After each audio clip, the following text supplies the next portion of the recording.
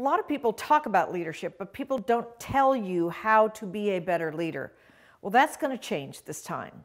In our full day session, each one of you will be exploring your own traits, your style, your interests, your perspective, what you're about, what you care about, what's important to you, and learning how those things reveal the kind of leader you must be.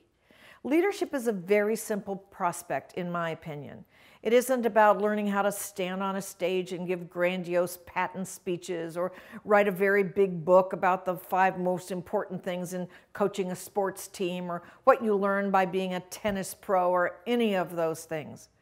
Leadership is about taking the things you believe, things that are important to you, and making them available to the people you've hired to help you accomplish your goals in your practice.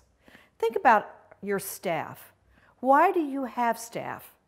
If they're not smarter than you are, if they can't help you accomplish a goal that's important to you, why would you have them? Many dentists hire staff to do tasks, and while tasks are very important, those tasks have to be completed in the context of your practice, your purpose. I remember many years ago in a very wonderful practice in New South Wales, out in country, I was talking with the dentist about his purpose. And I said to him, you know, you have children in your practice, you have geriatrics, you have everybody in between. You're sort of doing soup to nuts dentistry. If you could have your way, what would you focus on? He was very, very quick to answer the question. And this is what he said.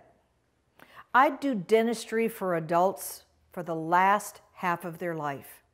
Do it right the first time so we never have to do it again. I thought that was a pretty profound purpose. And over the years that I worked with him, he slowly, gradually, intentionally, and significantly morphed his practice from something that it was to something that he wanted it to be about. Now think about this. If you were going from a soup to nuts age range to age range practice to one that was focused on patients, say, 40 years old and higher, you would probably need to have different staff, different skill sets, different systems, different structures, different clinical skills. All of those things he was able to shift into something that made it pleasurable for him to practice for many more years than he thought he would in his old model. I worked with another practice in country Victoria, and when I asked the dentist that same question, he was perfectly clear from the beginning. I know that we're very far from Melbourne. I know that my patients don't have the ability to travel back and forth. I want to make my practice so complete that we can handle pretty much everything they need. I work with normal, everyday, good-hearted, soul-of-the-earth kinds of folks. They don't want fancy dentistry, but they want good, long-lasting dentistry. Again, profound.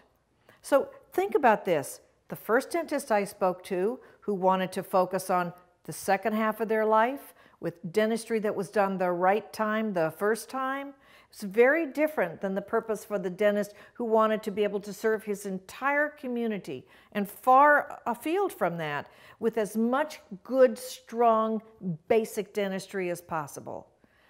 Whatever your purpose, it's your purpose. From that springs all of the things you need to know how to communicate in order to be a very effective leader. From that springs your standard of care, your belief systems, your ethics, all the things that tell you how you should behave, how you'll make decisions, how you'll treat your patients, and therefore what your staff has to know and understand about you in order to know how to represent you and how to make choices and decisions every single day in the moment. The more they understand you, the more they embrace what you're about, the better they can represent you, and the more effective their efforts are going to be in making your practice everything you want it to be.